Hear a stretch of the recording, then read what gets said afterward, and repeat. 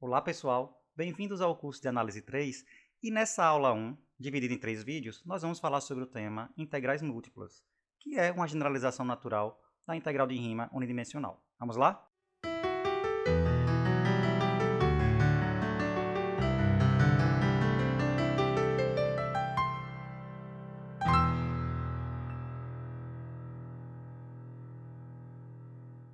Bom pessoal, o tópico do vídeo 1 é a definição do integral. Lembre que eu falei que a integral múltipla ela é uma generalização natural para dimensões maiores da integral de rima, né, que é feito no curso de análise na reta, né, unidimensional. Então, para definirmos a integral múltipla, né, a primeira coisa que a gente vai fazer é trazer a noção de intervalo para o nosso caso, generalizar a noção de intervalo para dimensões maiores, e aí vem o que nós chamamos de bloco n-dimensional. Então, o que é um bloco n-dimensional? Bom, é um subconjunto de Rn, né, que eu chamei de A, que é um produto cartesiano de intervalos fechados, compactos, né? Certo? Aqui, veja que eu não coloquei o nome bloco fechado, né? Por que eu estou falando isso? Porque existe a noção também de blocos abertos, né? Quando você pega, por exemplo, os intervalos, quer dizer, por exemplo não, quando você pega os intervalos abertos, né? Você tem o que nós chamamos de bloco aberto, vai ser bem importante esse conceito lá mais na frente, né? Mas eu enfatizo aqui que quando nós falarmos sobre apenas bloco, né, eu já estou assumindo que o bloco é fechado, certo? Então, o que acontece? Quando você tem um bloco, né, parênteses fechado, né, então cada intervalozinho aqui desse aqui, ó, do produto cartesiano, ele é chamado de uma aresta de A, certo? Além disso, se todas as arestas tiverem o mesmo comprimento, nós dizemos que o bloco n-dimensional A ele é um cubo n-dimensional, certo? É um apelo totalmente geométrico, né? Do que a gente já conhece no caso do R3, certo? Então, só basta fixar, pensar dessa forma e usar um pouco da intuição que a gente consegue lembrar dessas definições, certo? Acompanhado dessa definição de bloco n-dimensional, nós temos faces. O que é uma face de um bloco? Né? Uma face de um bloco A, dessa forma aqui, né? Ele é um subconjunto desse bloco, que, claro, por ser subconjunto desse bloco, ele é um produto cartesiano, né, de subconjuntos, né, LJ, certo, do intervalo AJBJ, certo? Só que esses LJs aqui, né, esses subconjuntos, eles têm que ter uma cara específica. Como é que pode ser a cara desse LJ? Ele pode ser ou o ponto AJ, é o conjunto unitário formado pelo AJ, ou ele é o conjunto unitário formado pelo BJ, ou ele é o intervalo todo compacto. E a dimensão de uma face é a quantidade dos LJs que são o intervalo todo. Certo? Em particular, se você pega as faces de dimensão zero, ou seja, são todas as faces cujos LJs não são intervalos, ou seja, os LJs ou são AJs ou são BJs, certo? Então, nós dizemos que, nesse caso, essas faces de dimensão zero, né, são os vértices do bloco, certo? E o volume, né, é o que traz a noção de comprimento, certo? É a generalização, a medida que nós vamos usar aqui, né? No caso de intervalo, é o comprimento. Se nós pensássemos no bloco bidimensional, que é n igual a 2, nós temos a área e por aí vai. Né? Então, para o n-dimensional, né, para blocos n-dimensional, nós definimos o volume de um bloco, que é o produto, né, dos comprimentos de suas arestas. Certo? Então, o volume de A, produtos do BJ menos AJ, né, J variando de 1 até N. Bom, gente, próximo passo será definirmos o que é uma partição, né, de um bloco A. Certo? E aí, como eu falei anteriormente, né, nós vamos trazer isso, né, da definição de partição do intervalo, né, no caso de integral de rima. Certo? Então, a integral de rima unidimensional. Certo? Então, o que é uma partição de um bloco? A partição de um bloco nada mais é do que um conjunto P, certo? Um subconjunto do próprio bloco, né? Que ele é produto cartesiano de PJs aqui, ó, onde J varia de 1 até N, e cada PJ, né, como é um subconjunto da aresta, né, das arestas, né, AJBJ, ela é nada mais é do que uma partição do intervalo AJBJ. Né? O que significa ser a partição? Só para relembrar, a partição de um intervalo AJBJ é um subconjunto finito, certo, desse intervalo, que tem que ter obrigatoriamente o primeiro, o limitante inferior, que é o AJ, e o limitante superior, que é o BJ. Certo? A gente ordena, inclusive, não é, para fins de encontrar os intervalos da partição. Certo?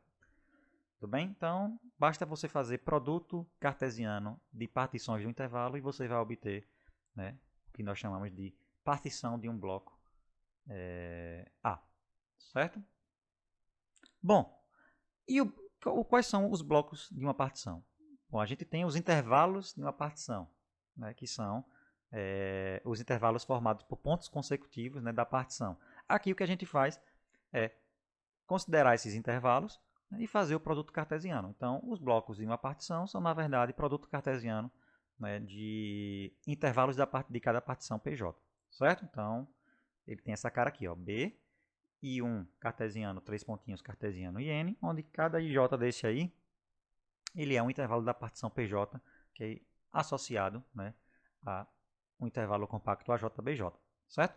E aí nós temos um abuso aqui de notação, que nós dizemos que B pertence à partição, né? Isso aqui, claro que é um abuso, né? B não é um elemento, lembre que P é um subconjunto de A, portanto do Rn, né?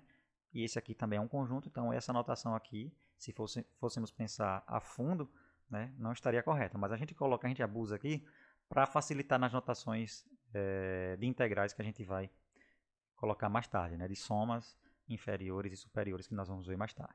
Bom, gente, uma outra definição bem importante, né, para o nosso estudo é a noção de uma partição refinar uma outra partição. Então, nós dizemos que uma partição Q, ó, que a gente vai colocar como produto cartesiano de Q1 até Qn, né, ela refina uma partição P, que nós vamos colocar por sua vez como produto cartesiano de P1 até Pn, se P estiver contido em Q.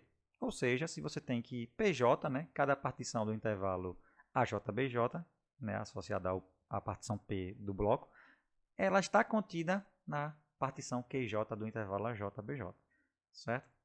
E aí, os blocos da partição P são um resultado até que imediato, certo? Justamente pelo fato de que cada bloco, né, se você for pensar, cada bloco da partição P, né, ela tem pontos da partição Q dentro deles. Então, o que você tem é que cada bloco da partição P, ela é a união, né, dos blocos da partição Q que estão contidos nesse bloco da partição P, certo? Então, falei muito bloco, bloco, bloco, mas é fácil de verificar isso, certo, gente? Justamente pelo fato de que isso acontece aqui, ó, tá vendo? Bom, pessoal, e aí nós temos dois exercícios bem interessantes, né? O primeiro deles é bem uma indagação, né? Uma pergunta que é muito bom pensar nessa pergunta, né? Porque ela pode ser uma das diferenças, né? Já para não dar spoiler, pode ser uma das diferenças, né, do caso unidimensional para os casos de dimensões maiores, né? A pergunta é: se você tem duas partições P e Q de um bloco A, é correto afirmar que P união Q é uma partição de A? Sim ou não? É uma pergunta legal, certo? Deixo para vocês pensarem. E a segunda é mais técnica, né, um exercício mais técnico, que diz o seguinte: mostre que se P e Q são partições de um bloco A, então você sempre vai conseguir refinar tanto P quanto Q ao mesmo tempo.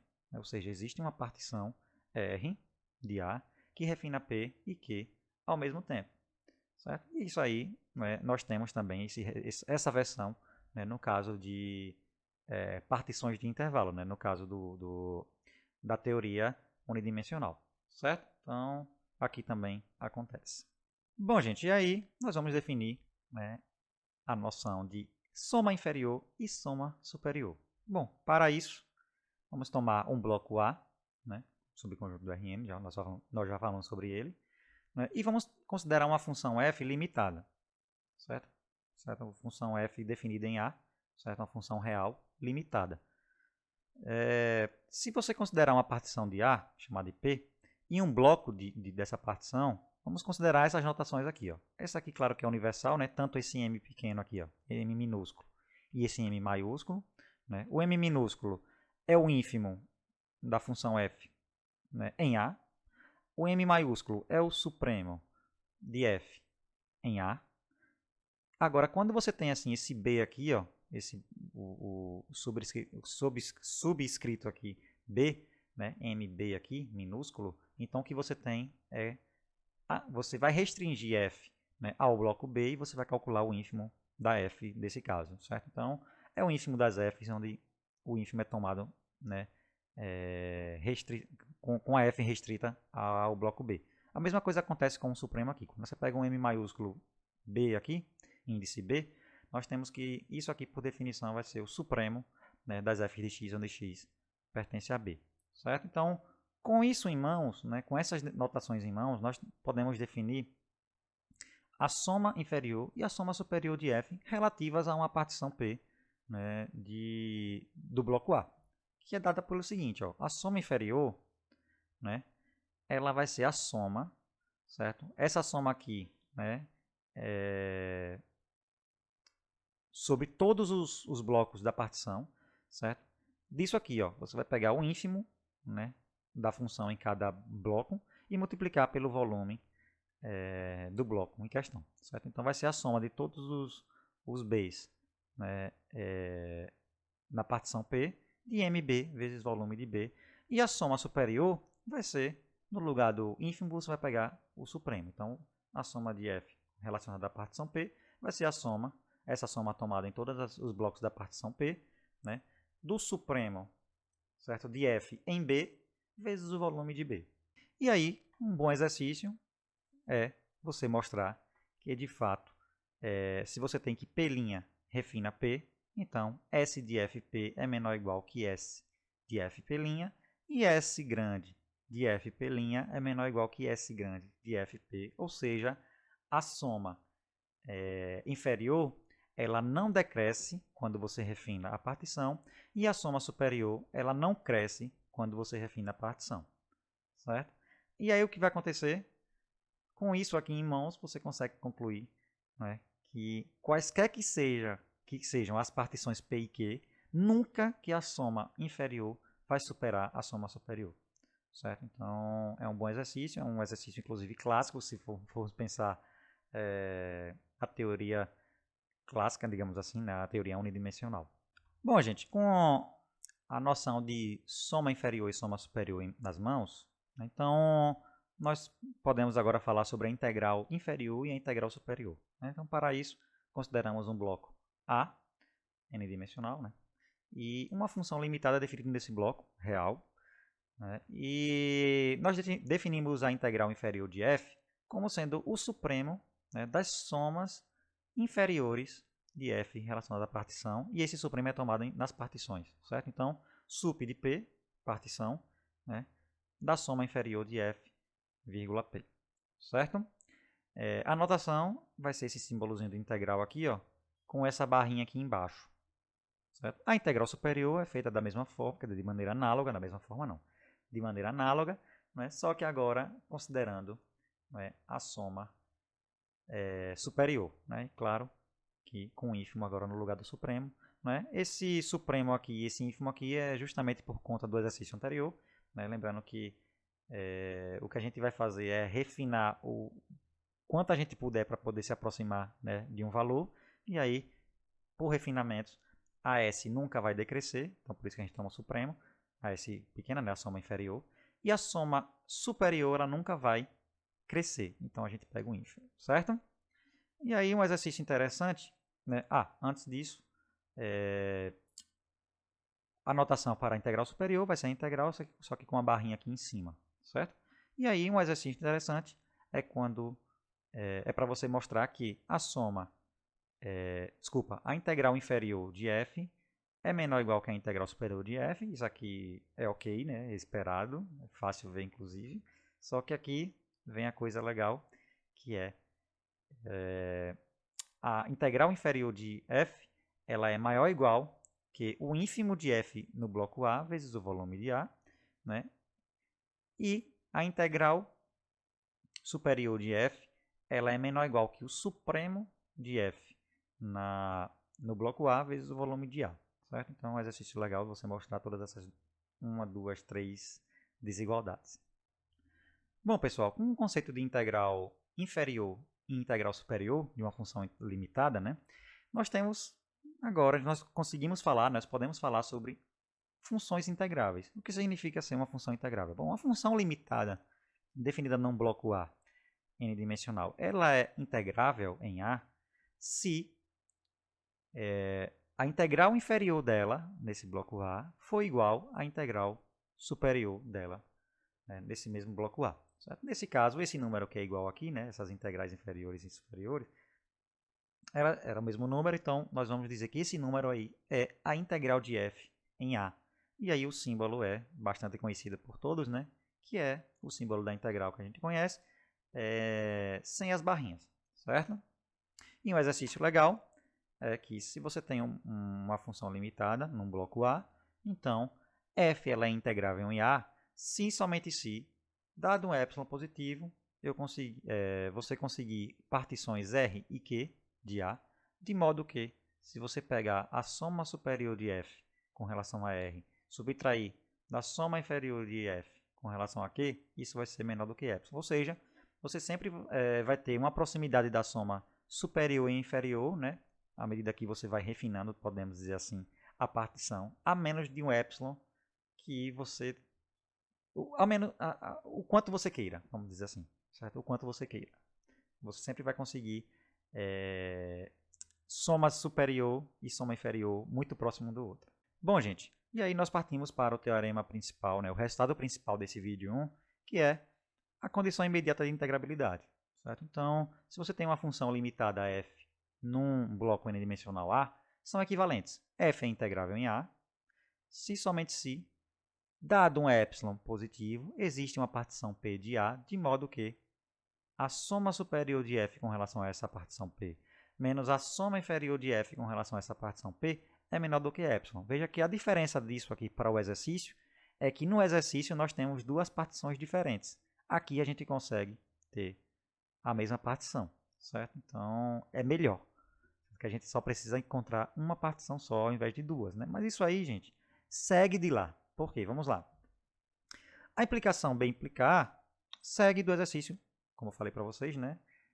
Só que essa implicação ela segue imediatamente mesmo, porque basta você pegar o R e o Q do exercício como sendo a partição P, certo? Então, se existe uma partição, pode existir duas iguais, né? Então, R igual a P, Q igual a P, você consegue usar o exercício anterior e você verifica que o A funciona, ou seja, que F é integrável, né? Então, o lado que a gente tem que provar é A implica B, certo? Então, se você tem que F é integrável, pelo exercício anterior, a gente consegue duas partições, R e Q. Né? Para cada epsilon, nós conseguimos R e Q, de modo que SF de R menos SF Q, né? Soma superior e soma inferior, respectivamente, né? É menor do que epsilon. Certo? Então, o que, é que a gente faz? Nós pegamos R e Q e consideramos P uma partição que refine R e Q ao mesmo tempo. Lembre que a gente sempre consegue fazer isso. E o que, é que vai acontecer?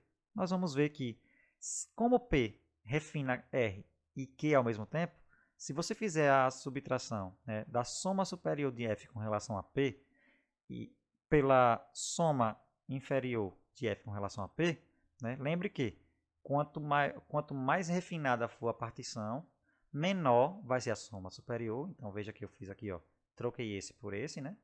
Por quê? Porque P refina R.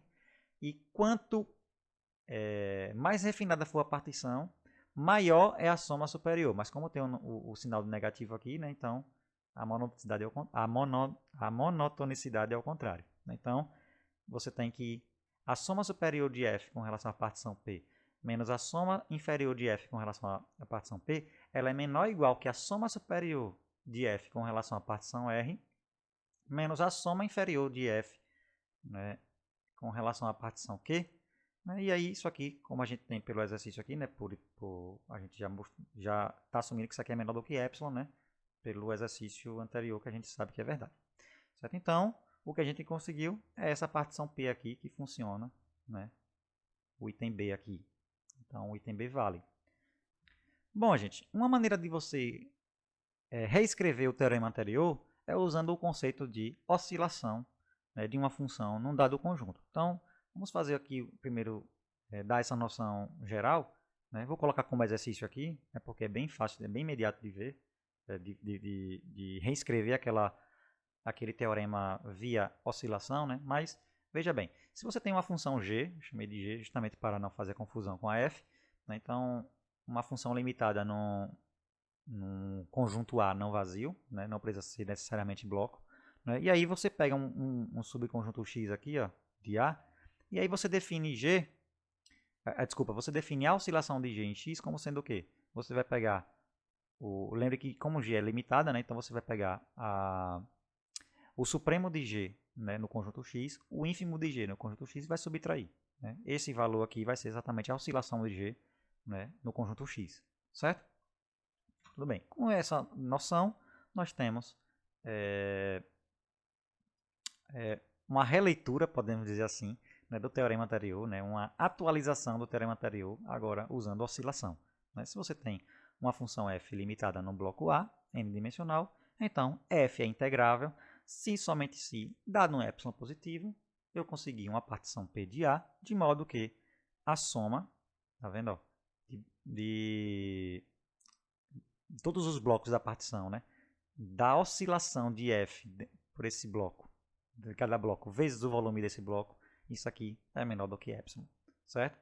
E aí, uma conclusão é que toda função contínua ela é integrável. E isso aqui é o que é, digamos assim, desse exercício aqui é a parte mais complicadinha de fazer, né? A parte que vai requerer um pouquinho mais de atenção, né? Mas aí você usa o fato de que toda função contínua, né, sobre compactos, ela é uniformemente contínua, certo? E aí você consegue unir, né, essa caracterização aqui, essa releitura do teorema anterior com esse fato, e aí você consegue mostrar que toda função contínua ela é integrável, certo? E aí, já dando uma deixa para o próximo vídeo, né, a primeira coisa que a gente pode pensar é se a gente consegue fazer a volta, né, dessa conclusão aqui, né? Será que toda função integrável é contínua?